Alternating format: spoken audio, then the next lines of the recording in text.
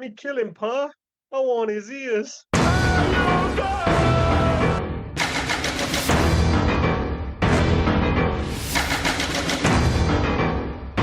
Welcome to the You Guys podcast. I'm Rob, that's Liam, he's Dave. And for the third part of our dodgy 90s superhero season, we watched Judge Dredd. The film that dares to ask, what if justice wore shoulder pads, shouted constantly, and came with a genetically questionable twin? This week, we're driving into the concrete nightmare of Mega City 1, a place so bleak it makes the back end of Queen Street on a Saturday night look like a spa retreat. It's a city where the bins are weaponized, the fashion is fascist, and the only thing more terrifying than the crime rate is the urban planning. And okay, let's talk clones. Dredd and Rico are supposed to be genetically identical, which raises serious questions about the science, the ethics, and the casting. One's a granite-jawed law dispenser, the other's Amanda Sante, in full pantomime villain mode, shouting "Law!" like he's trying to summon thunder. But here's the twist. While the film's plot might be a bit of a mess, the score by Alan Silvestri is genuinely excellent. It's bold, brassy, and somehow manages to make even the most ridiculous moments feel epic. It's the kind of soundtrack that deserves a better movie. But we'll take it anyway, because it slaps harder than a judge's gavel. So join us as we unpack the clones, the chaos, and the criminally good music of Judge Dredd. Because in Mega City 1, justice is loud, cloning is casual, and apparently, emotions are illegal. Welcome, Dave. Hi, nice to see you all again. Yeah, I wrote all that, and I really didn't know how to progress to say hi to you both. So I love the fact that you open with a really deep cut for our kind of handful of listeners from Cardiff. Everyone else is like, what the fuck, Queen Street? What the hell is he talking about? But listen, I'm sure that small number of listeners will appreciate it. I was originally going to slag off Newport, but I thought... Oh, fair enough. Keep it local, yeah. I don't even know. Dave, why did you want to be on this podcast so much? What is it about Judge Dredd which has brought you here? Well, I had lots of fond memories of the film. And then you rewatched it? Yeah, it's an interesting watch. I think, as we go through, we'll get into it. Yeah. But I always remember it being fun. It was probably one of the first big action films I can really remember watching at the time. Then. But no, I don't think it's held up quite. It was probably come at the right age for us. Like, if you were going to enjoy this movie, I mean, this came out in 1995, so I was 13. You guys would have been, what, 12? Like, 12 probably feels about the right age, or at least for part of this movie. And that is one of the strangest things going back to this, and one of the most infuriating things. I was kind of expecting this film to be a turd, back to front. I haven't seen this film for ages. I didn't have the particularly fond memories of it, and I was like, this is just going to be a dodgy watch. And then for like 45 minutes, I was like, wait a minute.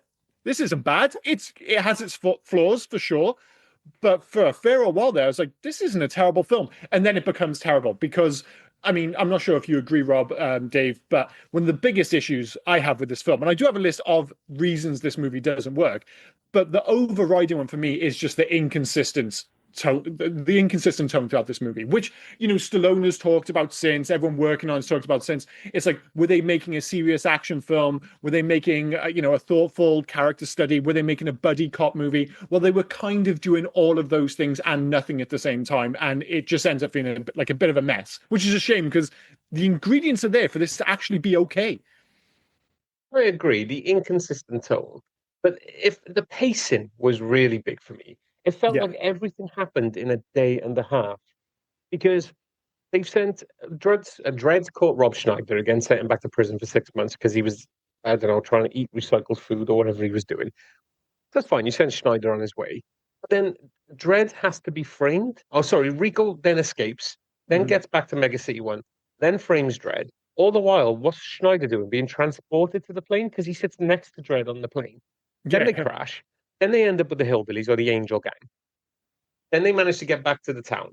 All the while, Rico has apparently used his ABC robot to kill a bunch of judges. Or enough judges. Was it 100 street judges? Fucking hell. Is there anyone left in Mega City 1? There's so many judges. So they kill all the judges. And then, okay, let's unlock the Janus Project. Okay, now the Janus Project has started. Now we've got to activate the DNA synthesizer. Okay, great. And all of a sudden, they're there. Look, it was so quick. And and that literally is a problem. And they have a trial. The movie. Yeah, they have a trial. Well, and then at the end of the film, when suddenly he has the supposedly big showdown with Rico, which is a total anticlimax. But then he walks out, and all the judges are there, and they're eyeballing him. It's like, "Oh, are you here to arrest me?" No, not only are we not here to arrest you, we've seen like one video which exonerates you to the extent that we are immediately going to offer you the role of Chief Justice. Like, what? Just there on the steps after that big fight? It's like, how about you give it a day, talk to a few other people before you start throwing that role about? But yeah, this movie it's weird. Because sorry, you mentioned the end, and we brought you gear. And we bought you gear. We brought you gear. We put it on the bike. We just brought it. I made a massive mistake. I didn't get around to watching this film over the weekend, so I watched it over 2 lunchtimes. And you say about pacing? Well, yeah. I watched the first half, and then I just really wasn't sure I wanted to go back for the second half. Because, like you said, there's a little bit of action at the beginning, and then there's a lot of faffing about in the courtroom, and Dredd getting put on the transporter, and it's pretty dull at that point. I'm glad it did come back. It obviously does pick up a lot in the second half, and that's where all the action is. But but it's also film in 2 sittings. I mean, that's the thing. It does get going in the second half, but the second half is also demonstrably worse than the first because the tone is all over the map. Suddenly, it's trying to be a buddy comedy, and it just doesn't work. And I like the fact that he brought up the whole political intrigue, which is totally baked into the entirety of this movie. Something I totally forgot about. This is an incredibly chatty movie, but also at the same time doesn't spend any of it really explaining anything. It's oddly, like you say, it's running at 1,000,000 miles per hour, but it also feels slow paced because everybody's incredibly chatty. And it comes back to what you were saying earlier about the pacing of this film. It's all over the map. I don't know if I'm being dragged along at 1,000,000 miles per hour, or then 2 minutes later, it feels like it just grinds to a halt because we're having another meeting with the head judges. And it just, every time you think the movie's like, getting ahead of steam, it just grinds to a halt again. It's in many respects, it is one of the oddest blockbusters of the 90s. You said as well about like not much getting explained. The only explanation really that you get thoroughly is randomly James Earl Jones out here just giving credence to this film. Just James Earl Jones's narration at the beginning. It's great. It's that voice. The other one I always remember is the Jason Momoa Conan remake. Shit, but randomly out of nowhere, Morgan Freeman just giving you the narration at the beginning, giving some credence to a film that is just not going to live up to what you've just been given. Well, it's such a shame as well because you have that opening with James Earl Jones, you have all that information dropped on you, and the reason for that usually is so that the movie can hit the ground running. Yeah. But then it all just kind of like, how can we spend so much time talking, for instance, and then the Janus Project feels like it's just pulled out of a hat like a fucking rabbit at the end of the film? I was like, how is this not being explained properly? Like, literally, I got to the end of the film, I'm like, what the hell were you talking about for 45 minutes? I can't even remember. It was nothing important. It has like 7 really minor plot points going on at the same time, and none of them really go anywhere or, have any consequence. You get that brief hint as well before it all comes out. Like Diane Lane and Balthazar Getty, the Academy kid, they're all like looking at the photo of that fucking scene. Yeah, but you remove all of that. You've just got the baby on a lab table. Okay, we'll forget about that for the next 20 minutes, and we won't even go back to that until Dredd appears in Diane Lane's house and goes, "Oh, by the way, you were a clone." How do you know? It also seemed really contrived when they could have just put 2 people next to a baby, and then it would have been a real photo, and then this would have actually happened. It seems ridiculous, and that whole sequence when they're explaining it, the oddly memorable Sleepy Stone look at the photo of the judge, where it's like, if this is the wrong picture, then why is it fake? I'm like, what? It's such an odd line delivery. And don't get me wrong, I'm of the mindset where if you only have a handful of scenes, if you can't be good, be weird. Because I always remember that scene with the fucking photo, because his line delivery is so bizarre. Otherwise, you just never, if he was like perfectly decent, I would have never remembered him. But because he's so bizarrely stoned in that sequence, I always remember the like you said, I didn't even think about how odd that photo sequence is at its core. Like you said, why not just have real people in the photo? Of course, you need it for the script to make sense. So yeah, everything is dodgy CG and 90s sci-fi jargon, but it is what it is. Dodgy CG, yeah, but practically, I gotta say, the ABC robot looks great.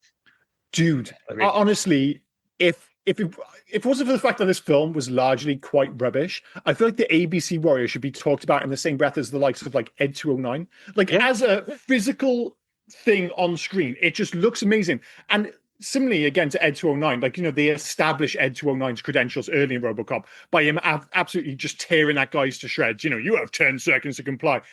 Because this movie, again, only has 1 foot in the world of violence, you do get the violence is hinted at and explained, but you never see it. If suppose they shot a sequence where he ripped, I think it was Judge Griffin's arms off.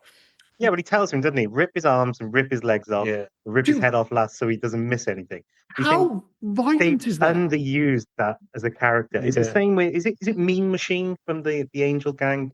Half man, half robot. Yeah. 100%. That dude looked fantastic. Totally an oven timer on his head. I'll set him to the beat. But he's got all the cutting devices on the one arm and stuff. He's huge. You think they could have possibly used him a little bit more as well? But like you said, they don't go into the violence too much, do they? So which I is guess such you can't have a him ripping shame. people to shreds.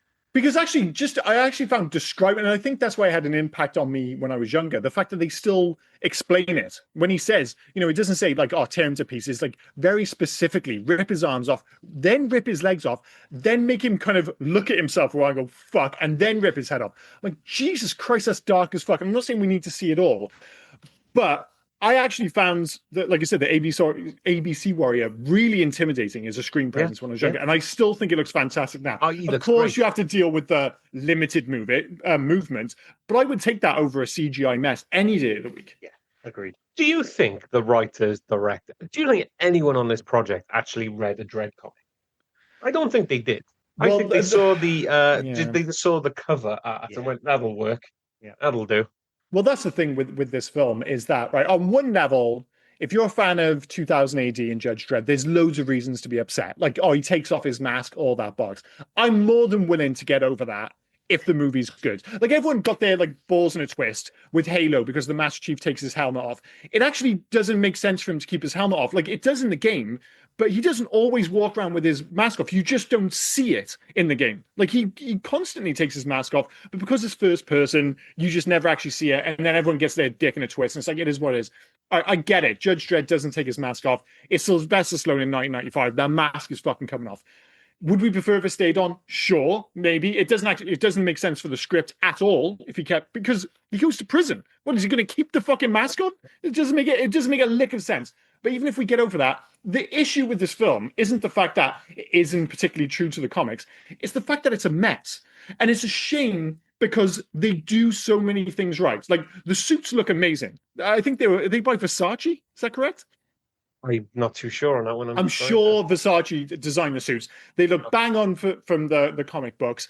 I do love the fact that they go out of the way to explain that this is armor. Well, for you, like your right shoulder or something. It's like they shoot you anywhere else, or maybe your crotch. There's a bit of a codpiece thing going on. The suits look great. Mega City 1 looks dope. Well, Mega City 1 looks absolutely fantastic. And I'm pretty sure there's hints that there's more Mega Cities. I can't really remember. I haven't read. Yeah, I'm sure there are, because this is Mega City 1. But what... And this is maybe before you move on, just because you mentioned about the helmet, and I'm with you. I don't care the slide takes his helmet off. I don't give a shit. I kind of care that he does it within 5 minutes of being on screen. That's like, I mean, I was really disappointed he didn't have like a tan bottom half of his face and then a white top half. What I did like, I laughed at it, and then I kind of had a word with myself after laughing at it, is when they're in the prison transport, and Schneider is just looking at him, do I know you? Like, I know that. And then he puts his hand up and just covers his eyes and went, Dredd? For some reason, that made me laugh. And I thought, come on, Rob, have a word with yourself. Yeah, well, he's a dumbass. I mean, he does it then, but he does it later when they're supposed to be working together and in the Hall of Justice. And he's just walking behind him. He keeps calling him, Dredd. It's like, you're supposed to be undercover, you fucking... I can't stand Rob Schneider in this film. And I know, Dave, supposedly you're a fan. Unforgivable, mate, but we'll get to that in a moment. Just to bring it back to Mega City 1, I do have a soft spot for bad movies with wonderful set design and production values, and this is very much one of them. We covered Mario Brothers. That film's a weird one because the set design is absolutely amazing, but the film is also ugly in a strange way. But there's like Batman and Robin, Speed Racer. I actually quite like Speed Racer, but that film looks amazing, but the dialogue's not fantastic. Remember Valerian in the City of a Thousand Planets? You're looking at me unfortunately. blankly. Yeah. Yeah, I saw that cinema. It looks fantastic, terrible. There's some people make the argument for the Eternals, Max Payne perhaps, but I think this might be top of the list I knew for you wouldn't movies mention with. What were you going to say? I knew you wouldn't mention the one film I was thinking of when you said Was- set design and big city. Do you remember Priest with Paul Bettany, where he Yes, fights vampires? I have seen that. Yes. Yeah, I actually enjoy that film. I think it's all right, but Yeah, the but set design I think is great in that. And it's yeah. basically just Dredd again. It's Mega City 1, and then they go out into the Badlands where all the vampires are. There's All the more cannibals. CGI used in that. That's not a bad looking. I think part of the reason that this film looks so good is that again, it's at the kind of tail end of right at the start of CG, and you do get a few moments of CG, but like when you get the kind of the race around the city at the end, when Stallone and Schneider are on the bike, for instance, you can really see the jump up that was made in the next 2 years because if that was made in 1997 had a better director, that should look like The Fifth Element. If you go back and watch The Fifth Element and you think about the cab chase through the city, totally holds up. Yes, it's early CGI, but it's one of the rare cases of really successful early CGI. Whereas you watch that done with like old-fashioned technology, it just looks bad. It just looks terrible, sadly. But when they're just walking around the city, you can see quite clearly they're going for somewhere between Star Wars and Blade Runner. They kind of pull it off. Yeah, it's a bit derivative, but it's based on a comic book. I think it works. It's just a shame that the rest of the film can't live up to the production values and set design. But what about the costumes? When they're walking around without the big golden shoulder pads and everything, all I could think of was it's very, very similar to the uniforms in Demolition Man. Yes, that's what I was thinking. I'm thinking there's a lot of sort of very similar bits that you were watching it. You think it feels like a sort of low budget Demolition Man, which I couldn't believe that Demolition Man was out before this. 93, yeah. Yeah, 93. Yeah, so yeah. it's 2 years before this came out. And everything about Demolition Man was better. Like the film is better. There's a much better story. The female cast is so much better than but the costumes looked very, very similar. And I actually had to get a picture of him standing there in his cop uniform. Yeah. Even with the belts and stuff going across, they do look very similar. Well, that's what one of like I've got a list here of reasons this movie doesn't work, and the last one I've got down is why isn't this Demolition Man 2? Like in so many respects, it feels like because one of the reasons this doesn't work is because Stallone wanted to make a different movie to the writers and the director who wanted to do something darker, closer to the comics. He wanted to do something more lighthearted, like an action comedy, and he'd already done that in Demolition Man 2. And as you say, aesthetically, they feel pretty similar. Yes, Demolition Man is demonstrably a better movie, a better looking movie, better directed movie, better acted movie. The villain. But, if you remove all the Judge Dredd nonsense, yeah, better villain for sure. You're like, this could have easily been kind of like just twisted. You think of like, was it Lethal Weapon 4 was turned into Die Hard 3 and all these other things. I'm not sure if that's accurate, but you get a lot of these scripts where it's made for something else and they twist it. They should have looked at this and gone, listen, this whole Judge Dredd thing's not working. How about we just turn this into Demolition Man? Everyone loved Demolition Man. Let's just have another sequel to that. It's like, yeah, I think everyone would have been pretty happy. But instead you got this bit of a mess of a movie. But I think it just ultimately comes back to the script. And it's interesting that a lot of people... I don't think it's just the script, mind. It's not just the script. The editing, the directing. Poor Danny Cannon. Like, I don't know. What did he do? Like, I know what you did last summer in Goal, I think you said last week. Oh, I did, yeah. Yeah, there you go. That'll be white. He went from Goal to this. But... No, he went from this to Goal, sorry. Sorry, from this to Goal, yeah. Everything about this. We've said about the pacing. We've said about it's just all just a bit of a mess. Like, it's top loaded with some action. You have some fun, a little bit of humor. That's great. And then in the middle becomes some sort of courtroom drama. And Max von Sydow randomly going, all right, I'm going to go on a long walk. Okay, but his long walk randomly takes him to just where Dredd is. Oh yeah, again, that whole idea about how fastly, everyone just ends up exactly where they need to be. It's like, oh, the vast wasteland. I'm just going to walk in here, and I'm just by chance going to die in front of the Statue of Justice. Give me a fucking break. The Angel Gang as well, which is absolutely like nobody has. It seems to be this is the first time that they've lost a prison transport, I guess, because Maybe. The Angel Gang shoots them down, but they've got rocket launchers, which is fantastic. I mean, is that set up? Is that the guy who's trying to take control, getting them to do that? I don't think so. No. I think that's just... That kind of would have made sense that he wants to get rid of Dredd completely. Totally. So get them to blow it up. I suppose. Also, for a technologically advanced civilization, they don't seem to have good X-ray machines. How did that guy sneak a shiv on board? Well, it's not just that. It's like In his when that prison guy pocket. went to see Rico and he walks into the prison with a metal gun with That was the like warden mind. Oh, yeah, fair enough. But even brings that. Yeah, it's just there's so many things which are that just whole slightly scene dumb in this brings up movie. a lot of questions, doesn't it? I mean, I was thinking about it. For a start, why wasn't Rico executed? Why did they keep him alive?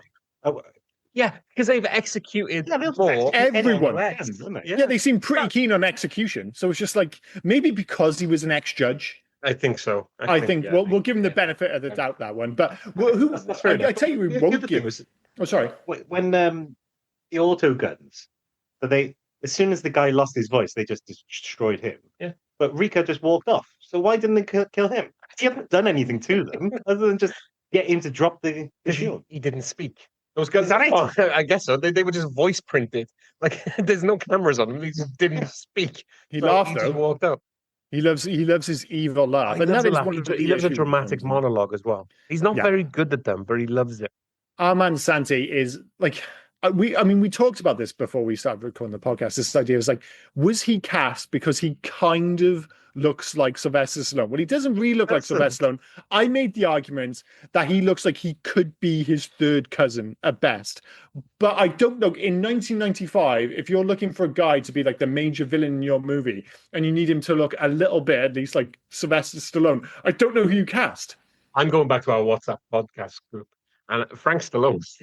You want somebody to look like Sylvester? You go Frank. Yeah, but you also need Sorry. someone who can act a little bit. Hey, have you seen Roller Samurai or The Seven Brides of the... Oh, Frank can act. I'm surprised Sylvester Stallone didn't play both roles. Oh, yeah.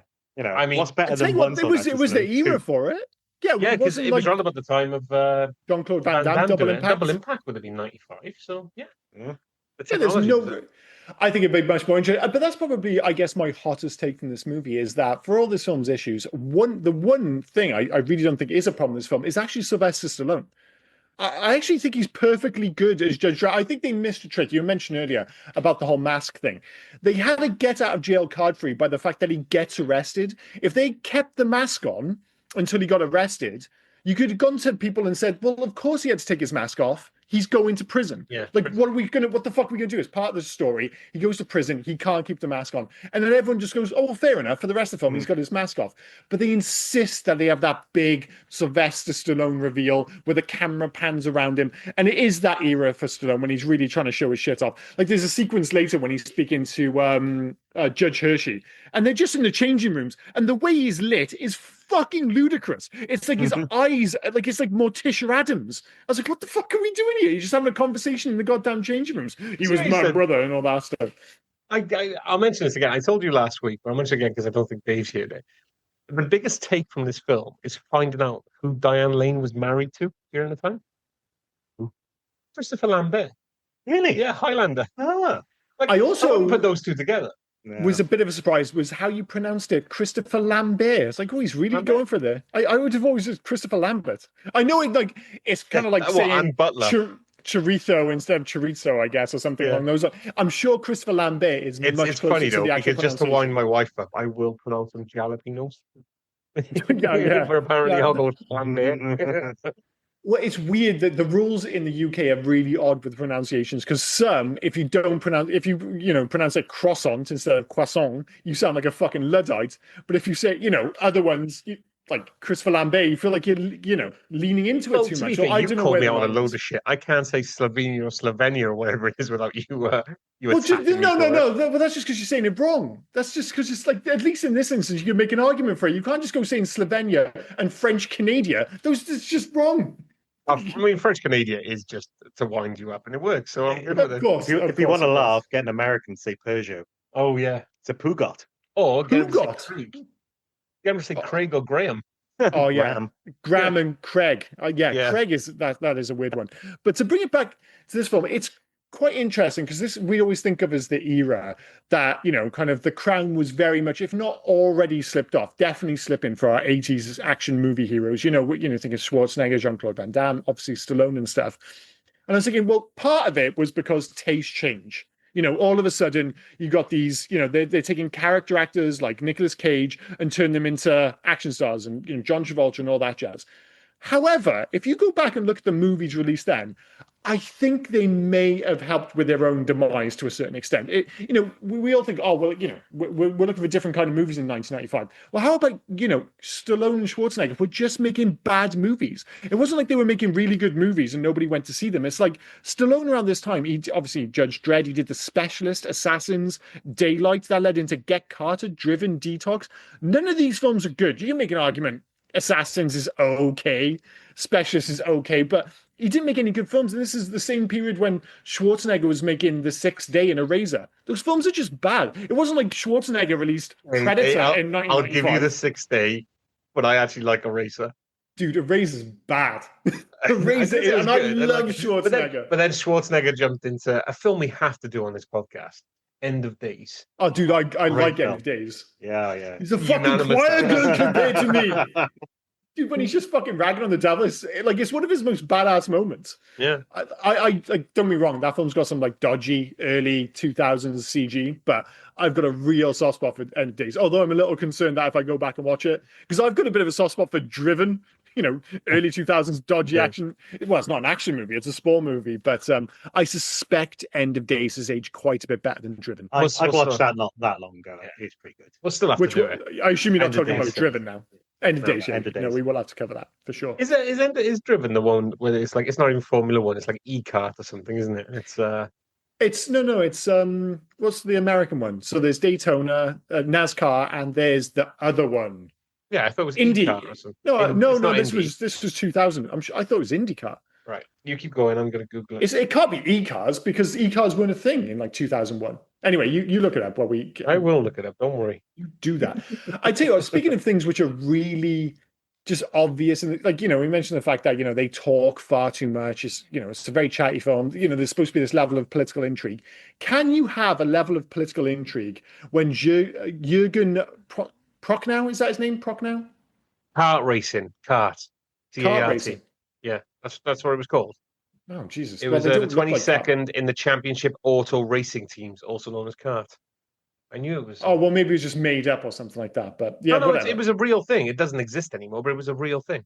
Okay, fair enough. I just remember they looked somewhere between kind of similar-ish to Formula One cars, and when I think of that, I usually think of IndyCar. Sorry, I've done it again to you. I've fallen down a rabbit hole. So while you talk, while I Google this rabbit hole shit, I didn't even hear what you were saying. So I was just talking about Jürgen Prochnow as Judge Griffin being not only swinging for the fucking fences, although everyone's swinging for the fences in this movie, he's just the most obvious bad guy of all time. Are they even trying to pretend that he's not a fucking turncoat in this film? It's absolute. And I don't get any, I don't know why he's interested, for instance, in reopening the...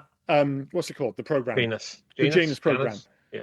I get the whole why Rico's into it for sure, but why is he so interested in restarting the Janus program? He kills off a lot of judges to bring in a lot of the judges. I think make a lot of sense. I think it was because, and I'm just guessing this one, because it was DNA of all the judges. So I'm guessing his DNA is mixed into it as well, and it's more control. He realized he can control the judges, probably take over at some point. Again, I'm trying to give this.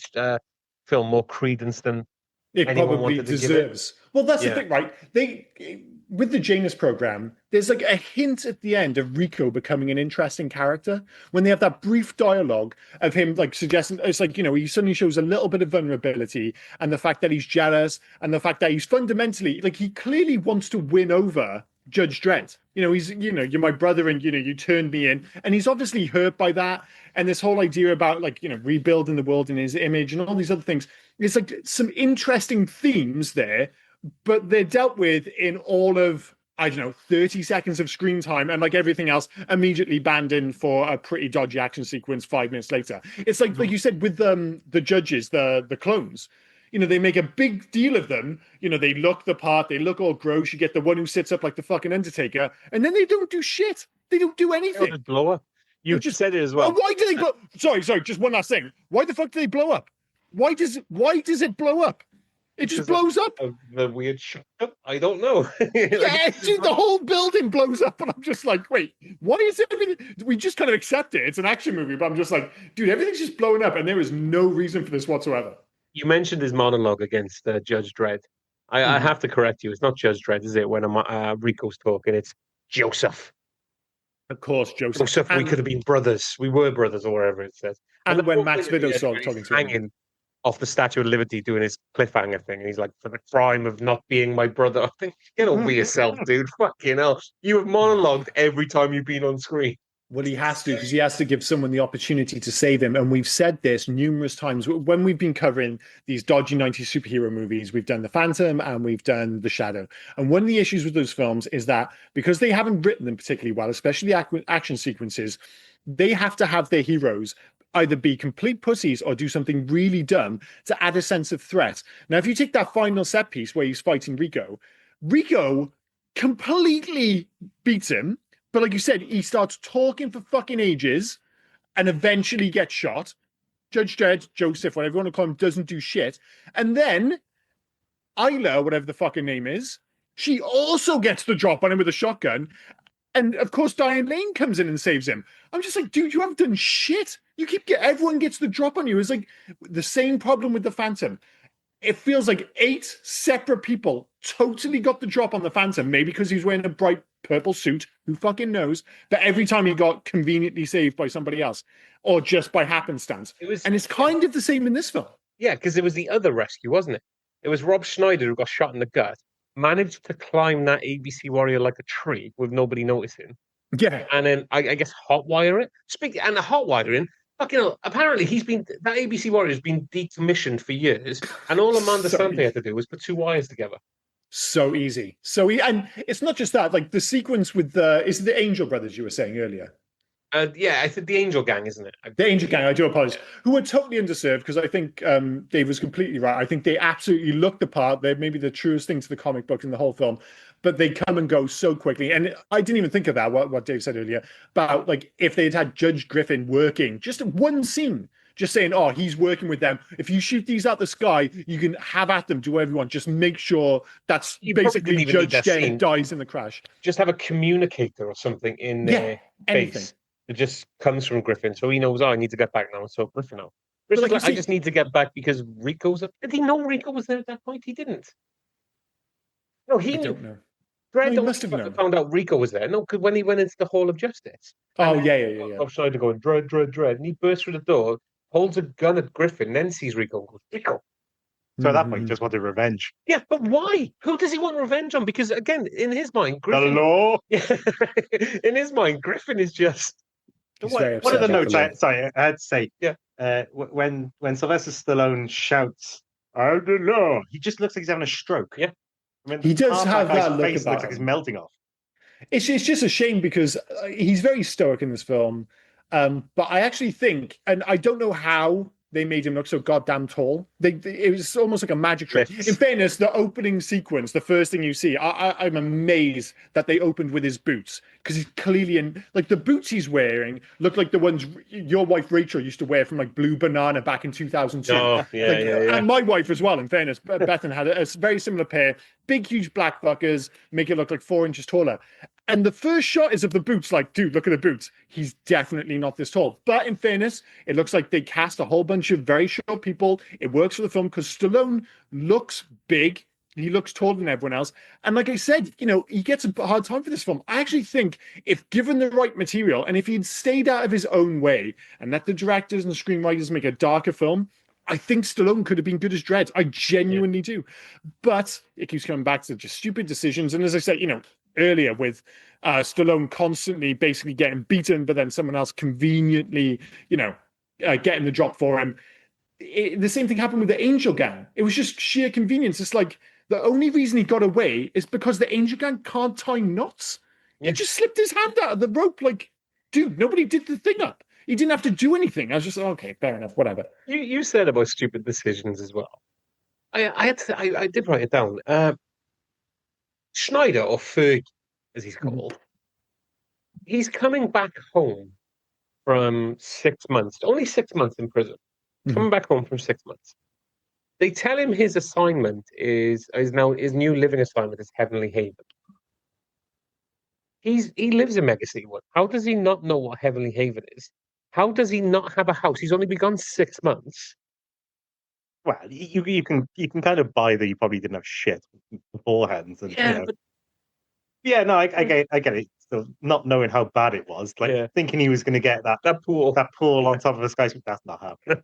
But when he went back, there's a nice cameo from James Remar. James Remar, yeah. And he is carrying what could only be described as a very dodgy copy of a pulse rifle. If you look at it, it's the same shape. It's completely different to any other gun in the film as well. It's almost like they said, "Well, you were going to be an aliens. Let's give you an aliens gun." Yeah, well, it's odd because everyone else together has got those. You get those weird. I'm not sure if they're dressed differently to everyone else. They're basically just guards, and they've got like capes, and they've got those big, huge guns. The stormtroopers. Well, I was going to say stormtrooper. Have you ever played Helldivers? No, dude. Like literally, if you go and like have a look at Helldivers, I have to believe that they've just copied the design bizarrely from Judge Dredd. They look exactly the same. Do you know what they look like with the capes and stuff? The weird stormtrooper guys in Masters of the Universe. Yeah, they look a little bit like them as well. Well, maybe that was the influence. Who knows? The other thing as well. I mean, I know they gotta let the audience know what's going on, but sometimes it's just so haphazardly. 2 or 3 times they mentioned about these fucking lawgivers being imprinted to the judge, and it was ridiculous. Oh, you don't have to shove this down my throat now. One of James Remar's gang hasn't they know all about judges. They knew Dredd was down there, but he didn't know not to pick up their gun. Okay, fine. I can give you that. Then Rico and you got the guy in the pawn shop. Don't do it. That's a lawgiver. Yeah, I think we know at this point. All right, let's do the court scene where everyone it's imprinted to that one person and the DNA around the fuck off. Okay, we get it now. It's fine. Well, I mean, at least it was used in the narrative. So, like, again, the whole courtroom sequence is ridiculous because, of course, they must have known about the whole gun thing in the DNA because it's like, oh, they make out that Diane has got this big win because they're like, oh, you can't really see in the footage. Like, yeah, but what about the gun? It's it's like if the gloves don't fit, you must have quit, all that kind of nonsense. But I thought the way they kept talking about the gun and obviously it's voice commanded, so it has voice commands and it does all these cool shots. You're like, well, they're going to use that for the rest of the film, right? It's just abandoned. It's just completely abandoned. Like even the opening sequence, which is one of the best sequences in the movie, when they're having a street war and Stallone goes upstairs. It's actually, if anything, it's basically 2000. Is it 2012? Dredd came out. Yeah. It's basically what happens if Dredd was 2.5 minutes long because he just goes upstairs in a building, takes care of business. That's basically Dredd, but they just drag that out for like 90 minutes instead of 12 minutes. And he goes upstairs and he uses the gun, but he uses like a bunch of like needless ways. It's like, he does the whole armor piercing thing and then goes out of the way to shoot the guy through his gun. I'm like, dude, that was almost like more difficult than you had the rest of his body to aim for. It didn't need to be like if the guy was wearing armor, that makes sense. Instead, he's like, well, I've already said armor piercing. He's not wearing any armor, so I'm gonna have to shoot him through the gun. Otherwise, this just isn't gonna look cool. I just thought it was a shame, and it comes back to that same issue again that they hint at a movie which is going somewhere, but instead it gets caught up in its own bullshit, and we don't get any decent action sequences with Judge Dredd basically at all. Well, there's stuff with the Angel Gang's okay, but then you get like this overblown mess at the end of the film, which doesn't feel in any way connected to what we've seen in the rest of the film. You mentioned the court scene as well about like we should know like they unlock those files, the secret files that says, oh no, basically what happens is your DNA gets strapped to every round. But she's part of the council of judges who knows about the Janus project. And I'm assuming because they're the judges, they're top of the hill, that they would have feared that Rico, a clone who shares the same DNA with Judge Dredd, has just escaped. Couldn't they think so? Go, you know what might have happened is maybe Rico's come and he has the same DNA as Dredd. So maybe oh no, we'll just forgo all that and just say, oh, you know what? Again, like I'm sure you could get around this by like having Griffin explain the situation, like he's keeping it under wraps and keeping it from the other judges. But in another world, you're like, well, they haven't got time to explain this because there's so much else going on. No, they're constantly talking. What the fuck are you guys talking about? And not explaining the key plot points. And then all of a sudden, for all that talking, you get the sequence with Stallone and Max von Sydow, for instance, where he's dying. They finally have their dramatic sequence together because he just shows up at the right time. Whatever. Again, shows up at the right time, just in time to save Dredd before he's killed. But within like 10 seconds, he's like, "Oh, you're my dad. Rico's my brother. Oh, here's a bunch of perfectly timed lightning to make it sound dramatic." And then, well, okay, that's it. That bit's explained. We just get on with the movie. And even, like you said, with the Janus Files, when they have that sequence with Griffin and the rest of the head judges, or whatever the hell you want to call them, he's trying to convince them and say, "I need you all to open up the Janus Files." He convinces them super quickly. They're like, "All right, then, let's open them up." The moment they all open them up, everyone goes, "Maybe we shouldn't have done that. Maybe we should have, no, actually close them. Oh, it's too late now." It was like Brexit. It was like when they said, "Oh, you're going to, 325 billion is going to be saved on the NHS." And then the moment the votes went through, they're like, nah, that was bullshit. We're only messing around. So I had the same take, right? Like, I loved his explanation for it, where he was going, "Oh, let's just open them and have a look. But if we don't want to use them, we can close." It's like just the tip argument. Yeah. Just the tip, love. Just the tip. I'll stop there. I'll stop there. I'll be fine. Yeah. That's exactly what's going to happen. Like, I couldn't believe it. And they were like, again, they're meant to be the best of the best. Like, oh yeah, we're the top judges. Oh, okay. I like that. I like that argument. Okay, just the tip. Yeah, let's open it up. That'll be fine. Well, you just a bunch of characters and a narrative twist you just absolutely don't need. It's like, I've got this weird thing at the moment where I keep seeing Joan Chen in movies and TV shows. Like, I can't remember the last time I saw Joan Chen, who plays Dr. Hayden, in anything. But a couple of days ago, I was randomly watching Twin Peaks again, and she's in that, and then all of a sudden she's in Judge Dredd. I'm like, Jesus Christ, when it. Oh, she's in On Deadly Ground with Steven Seagal, who I keep on. Have you seen On Deadly Ground, Dave? No. Oh no. Billy Bob Thornton's in it. The only thing I can remember about this is it's one of Billy Bob Thornton's first films. And it's just a monologue of him talking about how he wants to kill Steven Seagal. If he puts his stock out, he feels like a pussy. But if he puts the stock in, he's manly. And all of a sudden, he just gets killed. It's insane. I mean, that goes to show where our tastes like diverge. I'm like, "Oh yeah, I saw her in Twin Peaks." You're like, "Oh yeah, I saw her on Deadly Ground." It's like, yeah, of course absolutely. Well, yeah, I don't blame you. I'm pretty sure Joan Chen played an Inuit. Yeah, that's an interesting choice. But it was the 90s, man. It was just, if you weren't white, you could basically play anything. It's like, even at the top end, people forget that, like, Ben Kingsley just played everyone. Like, Ben Kingsley looks everything except for British. It's like he played Asians, Indian, like, it's just anything. Just like, oh, well, if they're foreign, just Ben Kingsley will do. I mean, right down to fucking Iron Man 3, which, in fairness, they did make a joke out of, didn't they? But he played the fake version of Mandarin. The Mandarin, thank you very much. And actually really well. I always thought he was white. He is white, Ben Kingsley, yeah. But I mean, the big thing is he played Gandhi. He played Gandhi, yeah. I mean, I went to London not that long ago, found a statue of Gandhi, and I was like, "Oh my God, it's Ben Kingsley." Ben Kingsley. There he is. I don't know. It's all like I just get upset that this movie is kind of like nonsensical until the very last moments. I only mentioned the fact that they offer him the head judge, or what is it, chief justice, immediately, without any kind of real discussion on it. And even then, they're like, again, sorry, going back to your Demolition Man thing as well. Yeah. It was pretty much the same thing at the end of that, where all the coppers went, "Well, what do we do now?" Yeah, like, just figure it out. Yeah, like, it was the same. Yeah, but at least he was saying just figure it out, rather than, "Oh, we're just going to put you in charge of everything." But all right, whatever. So we'll let that go. But even then, he has that moment. They obviously hint at the fact that there's some kind of potential for romance between Judge Hershey and Judge Dredd, which is, they kind of like throw in a kiss at the end of the film because why not? It's a 90s action film. But she even says, like, "Oh, that's it. No goodbye." What do you mean goodbye? He's going to work. You work in the same fucking place, dude. You're going to see him 4 hours later at the end of his shift. You're not going to see him 4 hours later. He's going to call for a tow in a minute, because one of the things that really upset me about this entire film was that ending where he rides up to have that overview of the city on that ledge, and then he's got to do the most awkward 3-point turn I've ever seen. It flies. It flies. Fucking fly off the end. Apparently, they're not very good to fly, are they? Do all givers slide up?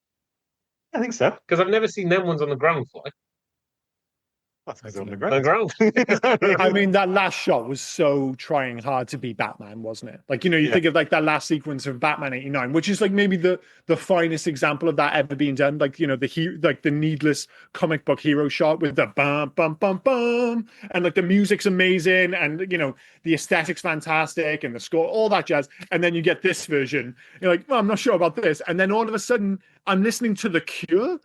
And their song is like called Dread Days. I'm like, what the fuck? And do you know what the most surprising thing about the Cure song at the end of this film is that it's really fucking good. It's I good, had yeah. no recollection of the Cure doing the song for this movie. It seems like a weird fit, but I mean, if the song was called Dread Days and it was spelled Dread, you'd be like, oh yeah, that's a Cure song. That makes sense. But Dread Days, Drdd, you're like, wow, they've really gone for it. It's very much on the nose. But the song's a bit of a belter. I was as surprised as anyone. I enjoyed it. Like I said, I'm all over the music in this film. I think the score was great. Score is Especially great. when Dredd. You're gonna have to show me this later because I literally just turned the film off. Yeah, I had done it every time until I watched it. In fairness, I was writing notes, and then suddenly the music came on. I was like, wait a minute, is that the fucking Cure? And then suddenly I kept listening. I was like, wait, is this good? Unbelievable. But one of the things that annoy me most about this film, wow, the light just got turned on, is I mentioned the fact that for 45 minutes, for all of its faults, I actually think it's a half decent movie, or at least it's hinting towards being a half decent movie. And then suddenly Rob Schneider gets involved. And I'm not against the idea of this film having an element of comedy relief, but it's so heavy-handed and it's dropped on you like a fucking ton of bricks in the second hand. Like I said, we've already said, all of a sudden, out of the blue, you're watching a buddy cop movie where they have no kind of, I don't think he has any charisma. He's just annoying. And I'm on board with the idea that you need someone next to Judge Dredd to, like they did again in Dredd 2012. You had the other Dredd, the other judge who basically walks around and, she can be a human character. She's the one who can kind of progress narratively while Dredd just remains Dredd. They were never going to do this with this film, but I get the idea that you want someone on screen for him to play against. They had that character with Judge Hershey. Why isn't Diane Lane absolutely running through this entire movie alongside Judge Dredd? You could have kept with the whole love interest in. She didn't get much to do. That was the problem. No, it's such a shame. Yeah, like they made her look weak at the beginning. She lost her probie. He fucking deserved to die, prick. He did. I'm gonna just keep. Well, fuck me. You've gone through I don't know how many years of training in the academy. You maybe know not to just run in front of a door. Yeah, and they sort of made out like she couldn't deal with the guy in the car. Yeah, so they needed Dredd to come and just blow his fucking car up, which I thought was a slight overreaction, but there we go. You've gone on record enough times to say you liked Schneider in this film. Now, rewatching the film, you realise it's not as good. But is Schneider still up there for you in this? Other than Liam, I assume we both agree that he makes this film. Oh my god! Some of his comedy moments are. The love section of this is going to be fairly short for me. Schneider. Yeah. It's the one like when he says Dredd, you need to wash the seats. I can't even do it. He's awful, isn't he? Yeah, he's terrible. I had really fond memories of him, but again, for most of this film, I had fond memories of it. Watching it back, it doesn't fulfill what I had in my mind.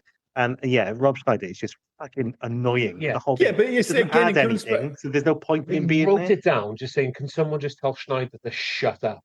Or just tone it down a little bit. Yeah. It's, like you said, if you watch it when you're 12, 13, maybe it's we've mentioned on the podcast before. I have these vivid memories of finding The Pest funny, the one with John Leguizamo. Yes. Yeah. And then I watched the start of it, just the opening sequence. I was like, oh my God, my toes are curling up. I can't even get through the introduction. In the shower. One stinky winky, two. Oh, dude, my toes curled again. I swear to God, my toes just curled just thinking about it.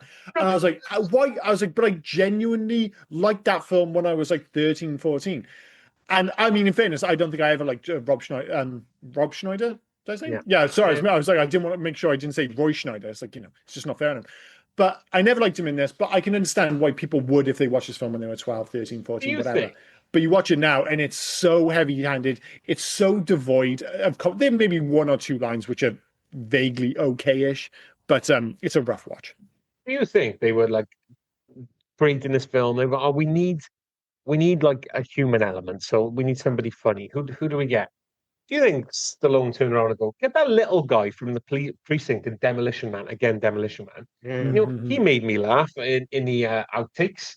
Let's That might well be it. That literally might be it, which is insane.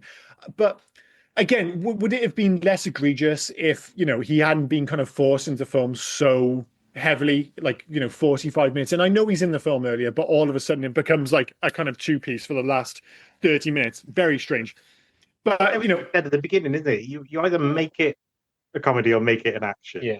But exactly. by doing neither, you've made a film that doesn't make any sense at any point. I do wonder what a comedy of this is going to be like. I mean, we're going to see it because Taika Waititi is directing the next one. Could be okay. Well, that's the thing. Like, is it a buddy cop movie? It's like it tiptoes around being like lightly satirical. It's a family drama. It wants to be a violent action movie. It wants to be all these things. It wants to have political intrigue. But by being all these things, it's really nothing. And that's, I think, ultimately the movie's major issue, is that by the end, it all just feels oddly inconsequential. There's some cool stuff in it, as we said, set design, costume design, score. I actually think Stallone is perfectly fine. But by the end of it, I was just like, nothing in this film matters. And but it just kind of, it just washed over me, this film, in a strange way. I mean, it's been about 15, 20 years since I saw it. It'll probably be another never see again unless, I don't know, Riley one day turns around and goes, "Come on, watch Judge Dredd." Yeah. I mean, it wouldn't kill you to watch it again. Oh, You're not going to reach for it. Yeah, exactly. No. Well, I thought if I wasn't able to find it online at one part, I thought I was going to have to buy this film digitally and own it forever. I'm glad that worked out. I did. Well, I had to rent it. I rented it on Sky. This is £4 I'm never getting back. Oh, yeah, that's motherfuckers owe me for that. You're the one who said you wanted to do this because you have fond memories of it. You shot your own self in the foot there, dude. They can't help you. Well, one last issue I wanted to mention before we wrap this up and get on to favorite sequence is, all right, what do we actually feel about Armando Asante in this film as Rico? So if we get beyond the fact that he doesn't really look like Sylvester Stallone, fine. Danny DeVito didn't look much like, Schwarzenegger in Twins. Whatever, who gives a fuck? But I buy them as brothers more than I buy them as this. Yeah, I know. But if we remove that from the equation, if we get over that hurdle, and you're just like, what is he like as a bad guy? How is he ranking on the bad guy scale? Is he like 1 or 2? And when I say 1 or 2, I don't mean first or second. I mean on a scale of 1 to 10. Is he like legitimately terrible, or is he kind of fun in a pantomime villain kind of way? Because I went back and forth. Like, there's a few lines where I was like, man, he's swinging for the fences, but then I would kind of go, yeah, but he's terrible. He's terrible. He's quite threatening in his own. Like, the first thing he does is shoot a dude in the throat and laugh about it. I was like, that's pretty gangster. And as we mentioned earlier, he tells the ABC warrior to go ripping dudes' arms off, killing people, and being that sort of horrible. Yeah. But the thing that always came back to my mind was he's no Simon Phoenix. Like, that guy was about to kill Sylvester Stallone, and then it's only because he whacked an icy thing on the floor, got his way. At no point did Sylvester Stallone ever really look like he was in any trouble until he almost fell off the Empire State. Not Empire State. Such a liberty. Yeah. So no matter how much, like you said, he felt being a dick, and he has killed people, and he has threatened, like you said, ABC warriors. He never felt like a threat in his own right. I don't know what. And if I'm gonna, as you said, between 1 and 10, he is definitely in the bottom 5. Score wise, and he's probably like. His overacting, just like it was overacting. It was just like, mate, you were pushing for the fences. I mean, it just doesn't feel right for this.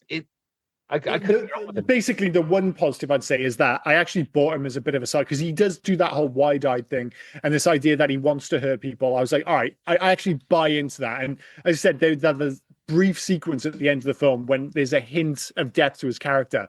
Yeah. But really, when I think back to his performance, I just think of him swinging for the fences and just being a bit of a buffoon, to be honest. So, not a great bad guy for this film, sadly. Yeah.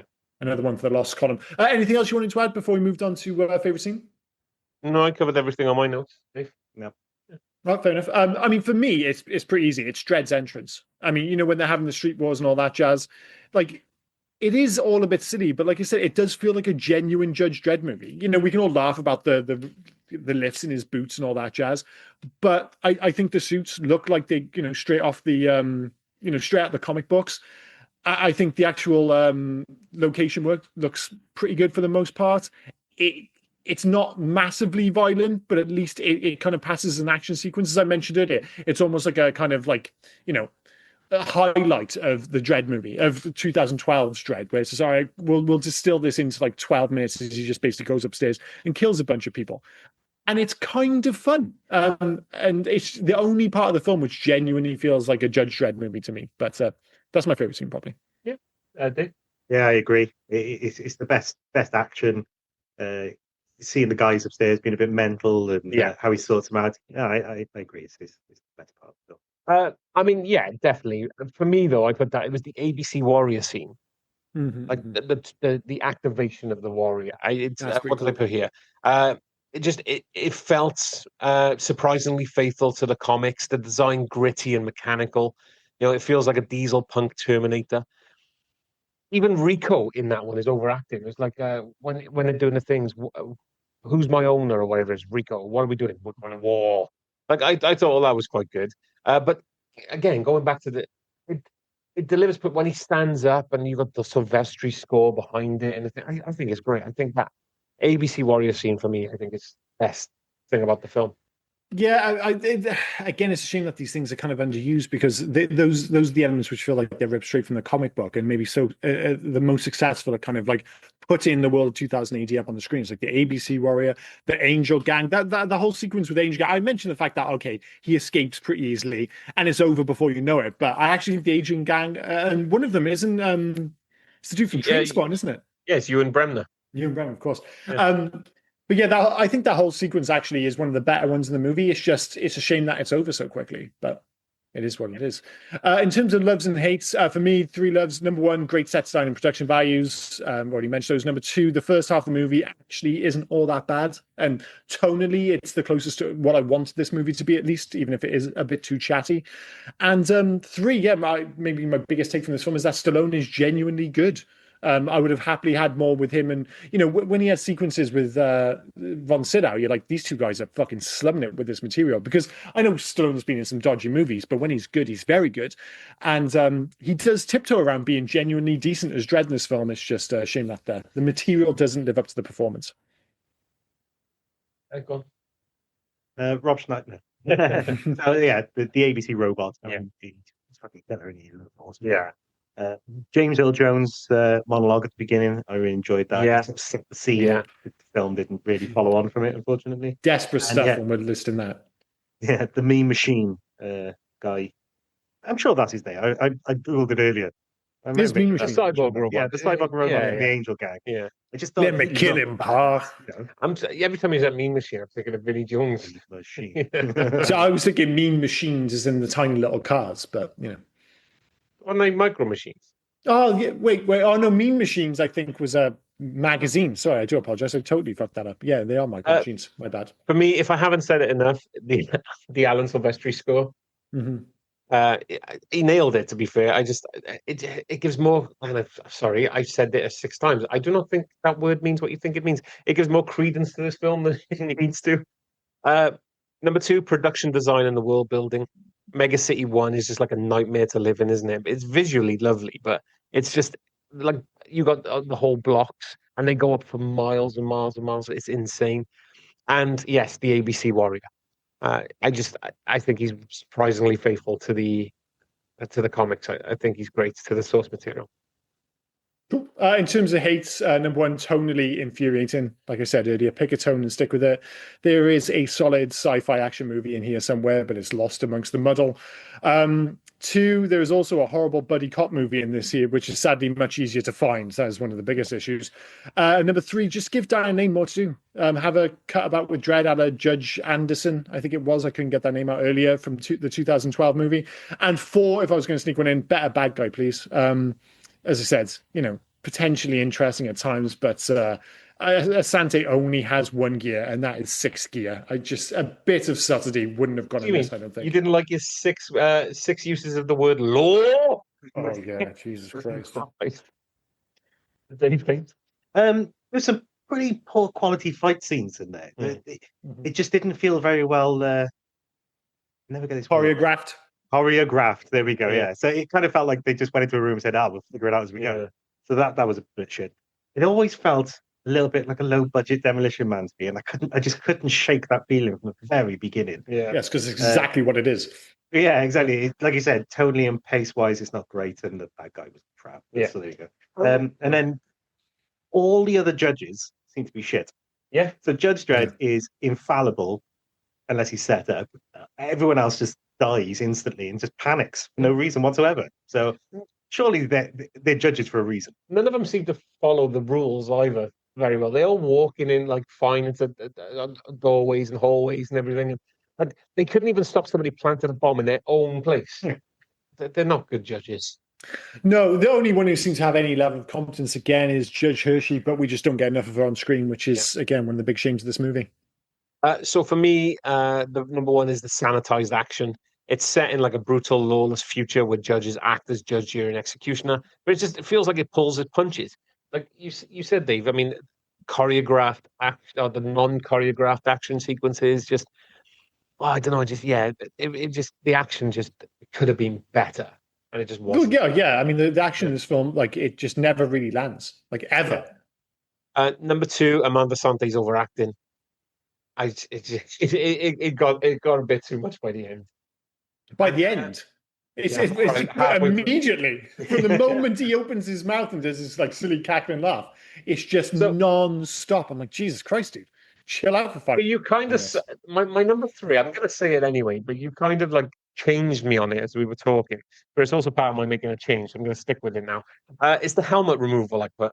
So, like in the comics, Dredd's helmet is iconic. He's meant to be faceless justice. Even when he does remove his helmet, like it's twice in the comics, he's blurred or he's scared, so you don't see his face.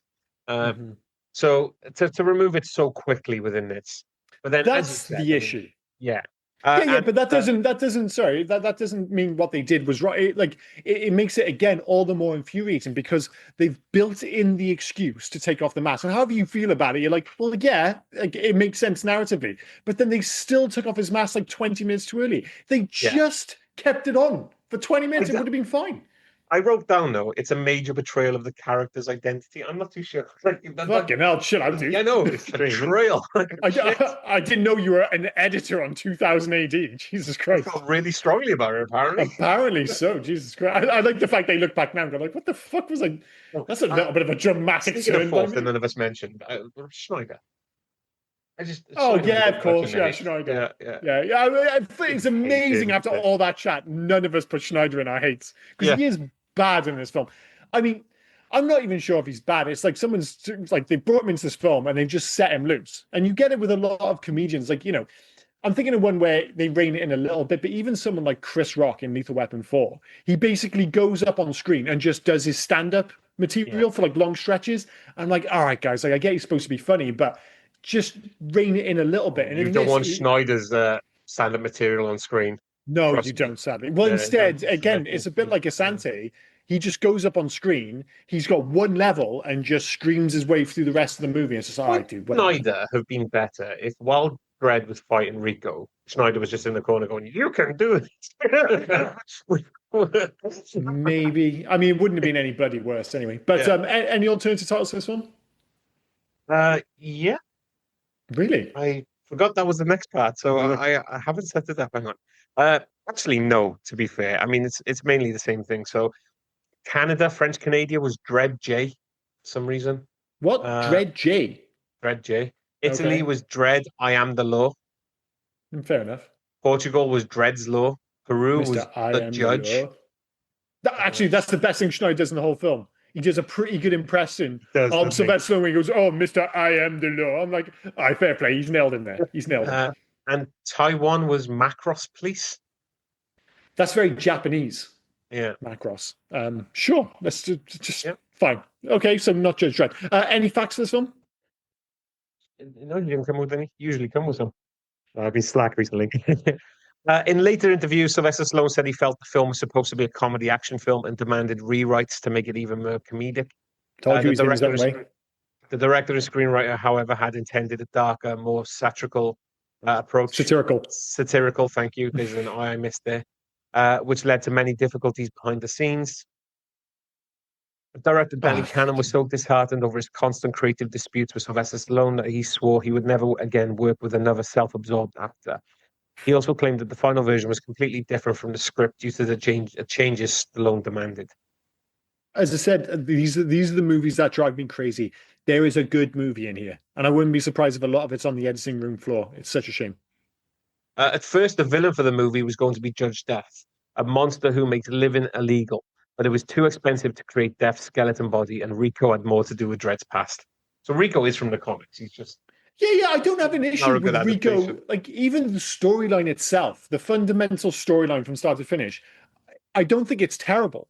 But it's all those tiny little terrible. You can see the disagreements behind the scenes. You can see them trying to force those changes, because that's one of the big problems. You have a script like, oh, this needs to be funny, and it just throws everything off whack. We've done it on a bunch of movies that we've covered on this podcast. You can see the interference behind the scenes, compared to just having a singular vision and just being straightforward on that. It's like I said, Stallone needs to get out the way, let the directors and the screenwriters do their thing, make this a much darker movie, or they should have just completely caved to Stallone and all right, we're doing a much lighter, family-friendly Judge Dredd, which seems silly, but at least it would have been consistent. And instead, you end up with a bit of both, and it ends up a mess. The scene in which Fergie mocks Dredd was improvised. It turned out to be so funny to see Rob Schneider making fun of Stallone that it was kept in the movie. I'm not surprised. When I was watching it, I was like, "There's no way that's in the script. There's no way Stallone is putting that in the script in 1995 and going, "I'll make fun of my voice." Absolutely off the cuff. Watched this film about 4 hours ago. How did I not know his name was Fergie? I didn't know either. I didn't know. I looked it up. I was like, he's literally, just before we start this podcast, the one thing I forgot to do was write down the cast names. And I was like, all right, Rob Schneider. I was like, who the fuck what was his name? And I saw Fergie. I was just like, it feels like somebody's just made that up. I had no recollection of him being called Fergie whatsoever. And they even had because he had his real name and then in quotation marks, Fergie. Like, oh, well, everyone calls him Fergie. I'm like, did they? I can't remember that. Anyway, sorry. The crew built a replica of Lady Liberty's head 20% bigger than the real thing. Jesus Christ. I know. Imagine this film with these two actors instead. So, according to Rob Schneider, Sylvester Stallone called him and offered him the role of Fergie after first choice Joe Pesci turned it down. Okay. I mean, Joe Pesci's a good actor, so maybe he could have made it work. I don't know. Turned down the role of Rico, Christopher Walken. Oh, dude, that's a much better. He looks like it's Sylvester Stallone. Joseph, no. We need the Janus Project. Dude, it would have been. I want to see. That's what I mean. Oh yeah, you've got him doing that, and then I killed the ABC robot. This film is immediately 50% better with, to an extent, Joe Pesci. They fuck you with Heavenly Haven. They fuck you with the law. Oh my god, Christopher Walken would have been great as Rico. I mean, trying to pass him off as Stallone's basically his brother, kind of an issue. But I wouldn't give a fuck if it's Christopher Walken. That'd be sweet. Surprisingly, Sylvester Stallone had never heard of Judge Dredd until he was offered the role. Well, it's so British. You want me to play a judge? That's not surprising at all. Does it travel well? Dredd, for all the kind of praise we lavished upon 2012's Dredd, it's like it didn't do that well, and a big part of it is I think most people just don't know Dredd outside of this movie. Also, it's 2000 AD. But that's what I mean. 2000 AD, Judge Dredd, they all come hand in hand. It's so distinctly British. How many of those comics sell in the States? I don't think that many. So in an interview, Rob Schneider claimed that the film crew gave Stallone extra fire retardant on the back of his costume for the fiery exhaust shaft scene, while he, on the other hand, got no fire retardant at all. Well, maybe it's because they had seen he didn't shut up. They thought, maybe we can burn this twit. It's one thing, right? I've said on this podcast numerous times, I really like Stallone. I think he's an amazing screen presence. I think he's an underrated actor. There's one thing he unequivocally can't do. It's run. He runs like a fucking bellend. He only has to run There's a sequence in, I think it's Expendables 2, where they seem to make a point of it. He runs across a courtyard for no reason. My wife said straight away, she goes, he looks like Woody from Toy Story. I was like, well, I can't unsee that. I can't unsee that at all. And you see him in this, and fair play, by the Expendables, he was probably 60, 65? We'll give him a free pass. He was 42 when he made this, 43, and he runs like an absolute pleb. It's absolutely shocking. I was like, how can someone in that good nick be that terrible at running? Just don't have him run. Do you know you couldn't believe The Cure did a song for this? The Welsh rock group Manic Street Preachers was supposed to compose a song for the film titled Judge Yourself. However, after the disappearance of Richie Edwards, they chose not to go on with the production, and the project was abandoned. The song was released in 2003. I'm glad they did. I don't know why, but Judge Yourself immediately sounds masturbatory to me. I don't know why, but it just does. I'm gonna go home and judge myself, if you know what I mean. I know exactly what you mean, you dirty bastard. Anyway, sorry. Poor Danny Cannon. Danny Cannon turned down the chance to direct I Had with a Vengeance in order to make this film. Well, it's hard to get a bead on how good a director he actually is when it comes to this film, because obviously it's big budget, a lot of pressure, but you can see it's kind of like, if you judge Fincher based purely on Alien 3, where he had all those external kind of factors, kind of pointing him, like saying, oh, this movie has to be this, it can't be your vision.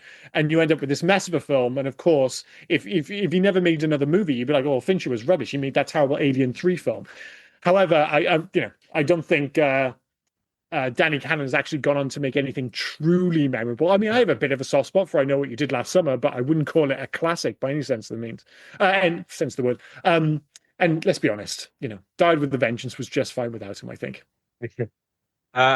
I'm not gonna go any. They're just I mean, to be fair, I've had to skip out about 15 of he removed his helmet. This is why he didn't remove his helmet. Like fucking all right. Yeah. I know I was betrayed by it, but yeah, apparently so. Yeah. I thought you'd be really pedantic about, but hey ho. Hug to the Future, so this is where we ask a question: remake, sequel, let it die, or leave well alone. I mean, part of me is just like they've already done a different version of this in 2012's Dredd, and it was a borderline the perfect, in terms of a smaller scale version. This was like the big budget, the blockbuster version of this movie, and then Dredd is the kind of much lower key, much lower budget, kind of truer to the source material, and it's borderline. I don't want to say a perfect movie because it was still the second best movie about going upstairs in 2012. It just happened to be in the if you think about the big budget equivalent, you think of like Armageddon and Deep Impact and Volcano and the other one, Dante's Peak, and then in 2012 Under the Radar you had Dredd and you had The Raid. Yeah. And Dredd's fantastic, but The Raid, if you haven't seen it, just happens to be perhaps one of the greatest action movies of all time. So it's just like, it's kind of like The Raid, but it's not as good as The Raid, but it's still a fantastic movie in its own right. I would personally love to see a sequel to Dredd where he's much older and he's played again by Stallone and he's given the material, kind of that darker material, but you give Stallone something to actually chew on. I think that'd be really interesting. Never going to happen, but I'd love to see it. So you'd like to see Sylvester Stallone to this one? I would like to see like Alex, your nan dressed up as Judge Dredd. Yeah, I think that's what he looks like now. I think if you put him in the suit, you keep him in the mask. He grows a beard, and you get Alex Garland back on board, but he makes one set 40 years in the future, and it's Stallone again as Dredd. I think you can make an awesome movie, and I think he'd give a fantastic performance. You've just made King Conan, but King Dredd. You just didn't say I just want to see this guy older now with a beard doing his character again. I personally, I think I'd hate to see that. I think keep Stallone out today. I would like to. There is going to be another one, isn't it? Yeah. I don't want to see it as a comedy. I don't want to. No. I don't want No. I want to see like a 15 or an 18 where they can properly pull people's arms up. I want to see if you're on about making a sequel, I want to see a sequel to Dredd, not to Judge Dredd. It's just the one thing I would conceivably take out of Judge Dredd the movie. Yeah, it's the only thing I think is Stallone. Don't be wrong, I wouldn't replace Carl Urban if I had the choice because Carl Urban is fantastic, but I think it would just be an interesting kind of thought experiment, I suppose. This section is difficult when we do films based on comic characters or things like that, or films that have already been remade, because you have to say this film. Would this film you want a sequel of? Would you want a remake of this film? Mm-hmm. And the answer to all of that is no. Yeah, but when it comes to the character, I want more Dredd. I do want more Dredd. I mean, if we've already said the 2012 one, I'll be the third person to say it. It's great. It's near perfect. It's absolutely it's a great watch. But it's one of the better kind of comic book movies. You can do so much more. And if you had the budget, you don't have to just set it in a building. You can have all of Mega City 1. So, but when it comes to this film, if I'm just looking at Judge Dredd from '95, no remake, no sequel. No. Well, basically, we all want us. Yeah, I was kind of trying to force the issue with the whole Stallone thing. Realistically, we just want a sequel to Dredd. Like, again, it's the perfect film for it. And of course, if it had been a big hit, it would have got it. But you had that movie. It was like a proof of concept. And if it had been a big hit, you're just like, well, we've seen Dredd, like One Day in the Job with Dredd. That's basically what that film is. It's basically like an episode of what's that fucking Cops, or whatever it is, where we just follow cops around for a day and see what they do. And that's what we do with Dredd. There's no real backstory. He has zero character development. He just cuts about a building, shoots motherfuckers up. It's awesome. End credits. It would be cool to expand upon that. Although, saying that, there is a danger to that, as we found out with, is it Pitch Black? The one with, where we're just like, oh, Pitch Black is a really cool idea. It's like, there's hardly any explanation. You just got this really cool character, and he just fights aliens, and it's just, raw and to the point. What happens if we expanded the universe? The answer is it would be shit. It would be fucking terrible. And that's exactly what happened. So maybe we should just leave Dredd where it is. Who knows? What we've had with this section is, and I think I speak for all of us when I said, now we've watched this, we want to watch Dredd. Oh, we're definitely doing Dredd. We're going to have to do it on this podcast. David can come back. So when you ask me now, when it comes to this section, you go, Hunt to the Future. I'll go, see previous Dredd. Yeah. We've already discussed it. We've already said what we want to see from the other film. Yeah. Dredd's in the post. So no, you are absolutely right though. I've tried to force the issue, but you are bang on. We want to see more Dredd, but do we want to see any more Judge Dredd? This universe specifically? The answer is no. The answer is I'm up there with just let it die. Yeah. No, I not even leave it alone. Let it die. Just let this movie die. Let Judge Dredd, the character, live on. I think that's fair enough. Yeah. In terms of making a change, so it's where you can only make one change to make this movie better. For me, it's tone. Just stick to one tone. I would prefer it to be darker, but just stick to that one thing and just try and stop this movie from making it. I mentioned the script is fundamentally being the biggest issue with this film. There are a bunch of problems, but it all comes back to the script, and that is linked to the inconsistent tone and the fact that it keeps going back and forth, up and down, left and right, whatever. So yes, short answer, tone. So your two answers are going to be much more sensible. Mine's basically just a bit of a mistake in the film. So and it really annoyed me. I don't know why it annoyed me, but it really fucking annoyed me. But when they're waiting to get in the exhaust vent thingy, and they finally get in there and they run down the corridor, and then he falls over, and then he goes, "Oh no, I've fallen over!" And he turns around and looks at him, and you can hear the fire coming. The fire starts coming from where they just ran in. All the way through, you've just seen fire coming out of that hole. Yeah. No, it's just so stupid. It makes no difference to the film, but it really fucking annoyed me. I would turn it around, the fire from the other side, and then I'd be slightly happier about the film. As soon as you said you're going to pick something really random, which you have, in fairness, I was going to light you up for being just like Rob. I was like, well, this is exactly the kind of shit Rob usually says in the podcast, where he picks a random thing to get really upset about. And I love the idea that you're going to be so nitpicky that this is the only thing that truly upset me in the film. But now that you've said it, I'm like, yeah, I'm with you. Why the fuck does the fire come from behind? I never even considered it, but absolutely bang on. I don't want to be that person to name something after myself, but we've got to start calling them a Rob take instead of a hot take, haven't we? Because we come up with them and that's good. I like that. That's not the Rob take thing. I like you. Yeah. That's not a bad shout actually for a new category, Rob take. This week's Rob take, it's a Rob take and you just have to pick one really random, nitpicky bullshit thing about the film.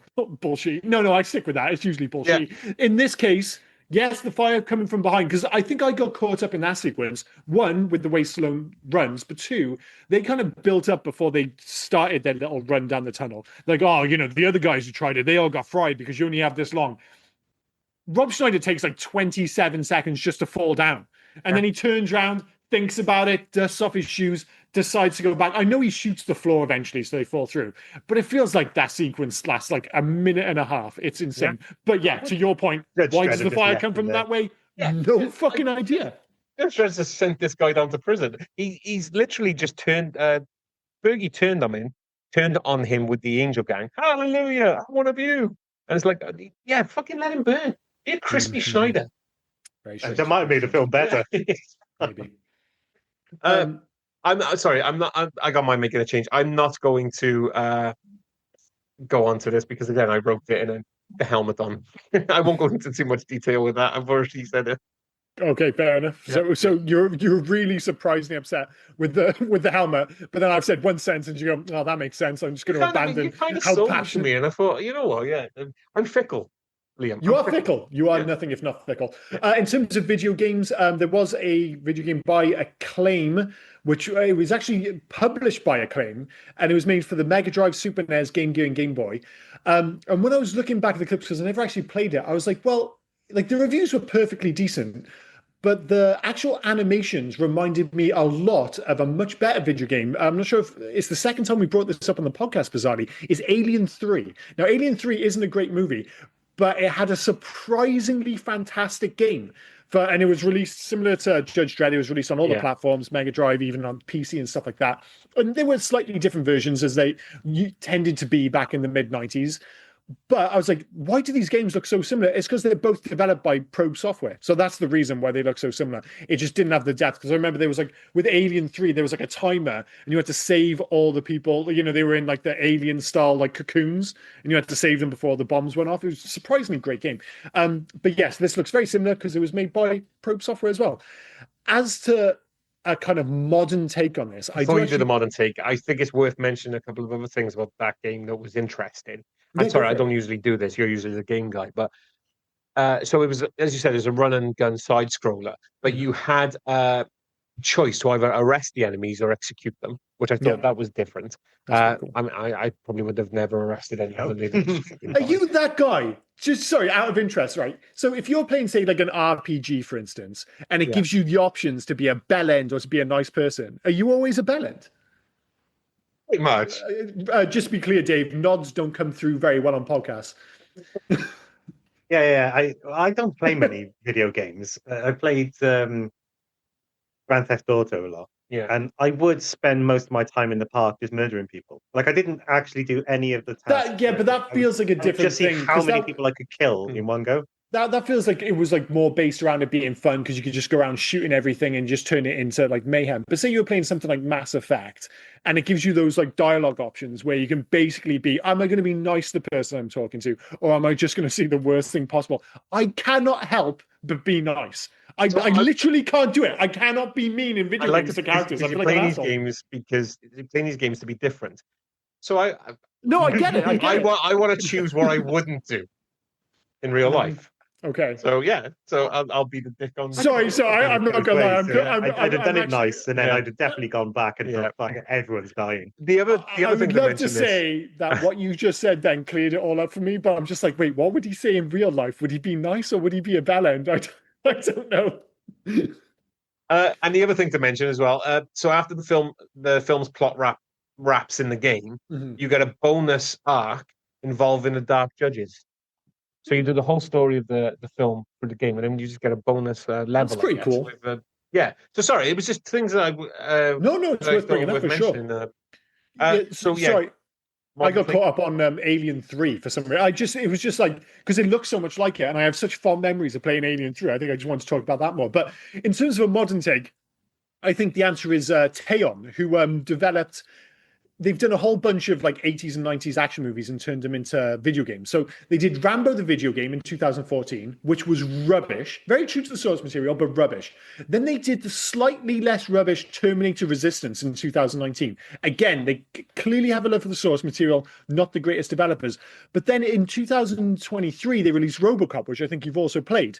Now, RoboCop also isn't a fantastic game, but it's a good game, and it's a company where every game they make based on source material from like the 80s and stuff, it keeps getting better and better. And I'm like, well, if they made Judge Dredd and it was a little bit better than RoboCop, you're suddenly getting into very good game territory. So yeah, I think the answer is Teon, and you're giving me that look like you've written down Teon as well.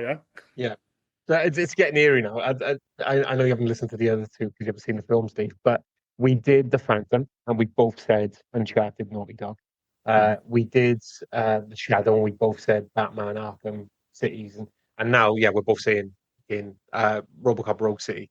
It's the right choice again. It is. It is. I think it is the right choice, and just like they with They got Weller back to do the voice of RoboCop. It would be awesome if they could get convince Stallone to come back and maybe right some of the wrongs from the movie and make a video game based in the same universe. I don't want to see a new movie based in that universe, but if you ask me, do I want to see a video game based in that universe with Stallone coming back to do the voice? Yes. Yes, I would absolutely fucking love to see that, especially done by Taeyon, because they'd be true to the source material, at least aesthetically. Tonally, maybe you could make it, you would naturally make it a bit darker because a big part of it is just have to be violent. So he's going to go around killing a lot of motherfuckers. In terms of best and worst of IMDb, this is where we pick a random 10-star and 1-star review for this movie. As to how many written reviews there are for Judge Dredd, I mean, do you want to hazard a guess, Dave? You can see the answer. Oh, okay. 120-ish? Oh, spot on. Oh, well, fair enough. So that many, oh God, sorry, hiccup stuff. 320. 320, yeah. See, a lot of people remember this film. It's one of those weird ones. I talked to the guys in work about it, and nobody really liked it, but everyone had seen it. Everyone's just seen Judge Dredd. Strange. In terms of 10-star reviews, there are going to be a few psychos. 32, maybe even 18. more. 18. Oh, fair enough. This one was written in February 2004, titled Sylvester Stallone is Judge Dredd. Judge Dredd is... Start that again. Judge Dredd is a very good film. Sylvester Stallone is Judge Dredd. He played this awesome character awesomely. James Remar, Diane Lane, Max von Sydow, sit down. Amanda Sante, Jürgen Prochnow, Scott Wilson, Joan Chen, and Rob Schneider were all good. They really. Yes. The costumes and action were terrific. The ABC robot was fantastic. The music by Alan Silvestri is tremendous. In my opinion, Judge Dredd is an underrated and misunderstood film that deserves a lot more than it is received. This movie is a must-see. What happened with this review was he wanted to say it was good. Then he said, please enter 100 characters. Oh, I'm going to write all of their names. But it is factually correct. Sylvester Stallone is Judge Dredd. Yeah. He is, yeah. But it has the air of it's like the day before you've got a paper to back in school, and it has to be at least 200 words, and you're just like, oh, dude, I'm just going to have to keep saying good and names until basically I've hit the word limit. So, yes, not a fantastic review, and absolute nonsense, of course. I don't think Judge Dredd is in any way misunderstood. 10 stars is a bit of a stretch. I suspect there'll be more 1-star reviews. I'm going to go for 50. Oh, no, that's too high. 41. How many 10 stars? 18? 18, yeah. 18 1-stars. Is it the same amount? Yeah. I thought there might have been a few more 1-stars because some people really don't like this film. This one again was written in February of 2013, titled God Awful. As a fan of the comic, this was dreadful. Oh, nice. I own every single one of the comics and was disappointed and unimpressed when I watched this. Problem 1, they got Dredd's helmet wrong. If you're a fan of the comic, Dredd's helmet has a cross across the front. I'm so annoyed that they missed this small but distinguishable feature. Problem 2, Dredd is a clone of another judge and is famous for being a rigid follower of rules. He spares no one and will carry out punishment as necessary. In this film, he shows too much emotion, which I believe took his authority as Dredd away. Problem 3, they take his helmet off. Why? You are not supposed to see his face. That's the whole point. Maybe I'm over-exaggerating, but seriously, that's not good. If you want to understand the point of Judge Dredd without reading all 2,000-something comics, see Dredd 3D. Thank you, rant over. Just out of interest, it just popped into my head randomly in terms of things that you could be upset about because it's not like comic book accurate. They try and make the whole, I knew you'd say that, a thing in this film. Like he says it like 7 times. I don't remember it being in the comics. I don't remember it being in the comics either, but they clearly were trying to, I'll be back or something like that. I knew you'd say that. This guy, he has all 2,000 issues. Yeah. Well, he's clearly a big fan. And I wouldn't trust those reviews. I know that sounds harsh, but some people, if you're an absolute super fan, you're going to get caught up on the fact, like you said, like those fine details. It doesn't have the cross on the mask and stuff like that. The Dredd thing, and there was nothing else. He didn't mention anything else about the film or anything else. Well, that's what I mean. You know what it was like with the internet. Dredd takes his helmet off. Dredd's just not Dredd. Okay. Yeah. Some of these things are slightly annoying sometimes where you're just like, why wouldn't you just be more accurate to the comics? But fundamentally, it's like, I just want the film to be good. The issue with this film... a child now. You said Dredd's helmet far too many times in this episode. I'm not thinking about the top of his head. Oh, yeah. There we go. This is the kind of podcast you're listening to. There we go. Ratings and recommendations. So in terms of our own thoughts on this, I suspect we're all going to be in a similar kind of bracket. I mean, for me, it's a 2 and a no. It's kind of fun. It's not one of those like 2 stars, steer well clear. There's some decent stuff in this, and even at its worst, it is kind of fun. But make no mistake, this is still a bad movie for the most part, despite, as you mentioned, the score, Stallone, little hints at what the movie could be. It's for me, it's bang on 2 stars and a no for me. Yeah, exactly the same. 2 stars. There's enough redeeming qualities within it to make it a decent enough watch, and I didn't hate it. There's just too much wrong with it to enjoy. Yeah. Especially doing before I met you two and started doing this, I could watch a film and not really think too much about it. Now all I do is sit there and pick holes in everything, and you just think there's just too much wrong with it to be good. So 2 stars, and I wouldn't recommend. My wife, I tried to recommend it to my wife, and she sat there for a while. And she went, "Fuck this, I'm leaving." Yeah. And just got out of the I room. get it. Yeah, it was always like a worrying sign when I'm like, even before we do the podcast, I'm like, am I even going to bother asking my wife to watch this? I'm like, nah, she's fine. She doesn't need. In fairness, she watched it when she was younger, and she has like vaguely fond memories in the same way you, Dave, had vaguely fond memories. But this is one of those ones again where sometimes you're like, all right, if you've never seen this, would you encourage somebody to go and watch it? Absolutely no. Oh, but if you have fond memories of it, definitely don't see it, because you're not going to feel any better about it. It's going to go completely the wrong way for you. So yeah, I do feel the years when there's films where you talk to people and they're like, oh, I remember quite enjoying it back in like 1995. It's like, well, just leave well alone. You don't need to pull at that thread at all. So yeah, we're in agreement, 2 and no. Pretty much same with me as well, 2 and no. And I didn't try to get my suggested to my wife. I knew this was going to be a fuck off before it even happened. So. Fuck off. That's so much more dramatic. Do you want to watch Judge Dredd? Fuck off. Okay. You've met my wife, yeah? Yeah, in fairness. I mean, if Beth had said that to me, I was like, Beth, did you fancy watching a Judge Dredd tonight? And she said, fuck off. I'm like, God damn, woman. It's out of the blue, but yeah, I'll give you that. So that's been 1995's Judge Dredd. We have one more movie left in our season of dodgy 90s superhero flicks. Now, I think Rob already knows what my next choice is going to be. So this is getting. I mean, if you think of the 90s, and I'll let you guess, Dave. Yeah, I was going to say, before I even said it, can you think of 90s superhero films just out of the blue? Not really. No? What's the I can't think of his bloody name now. It'll go on. Yeah. Okay. So really the movie, the year is 1997. Yeah, it's the film I'm thinking of. Yeah, you're not going to get it from the director, I'll say this much. Mark A.Z. Dipper? No idea. I'm not going to name the actor who plays the lead character, but the main villain is played, again, we've already mentioned him on this podcast, John Leguizamo. Mate, you can say anything. The guy who got burned to death. Yeah.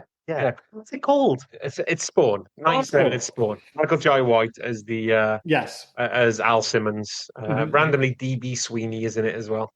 It's another one of those movies that I feel like quite a few people, myself included to a certain extent, have oddly fond memories. I think it was just, the right movie at the right time. I was fully aware, even 15-year-old me watching this in 1997, that it wasn't a classic. But in 1997, Spawn was like the height of comic book cool. Todd McFarlane's art style, all these things. And he was like, the ultimate anti-hero. And John Leguizamo, from what I remember, despite the fact that I ragged on him in The Pest, he was genuinely good in that movie. Again, what I recall. As to whether that performance and this movie holds up, nearly 30 years later, I suspect it might not, but we'll find out soon enough, I guess. I mean, this I'm just looking because you mentioned his name, and I'm like, what the fuck? I haven't heard of this guy.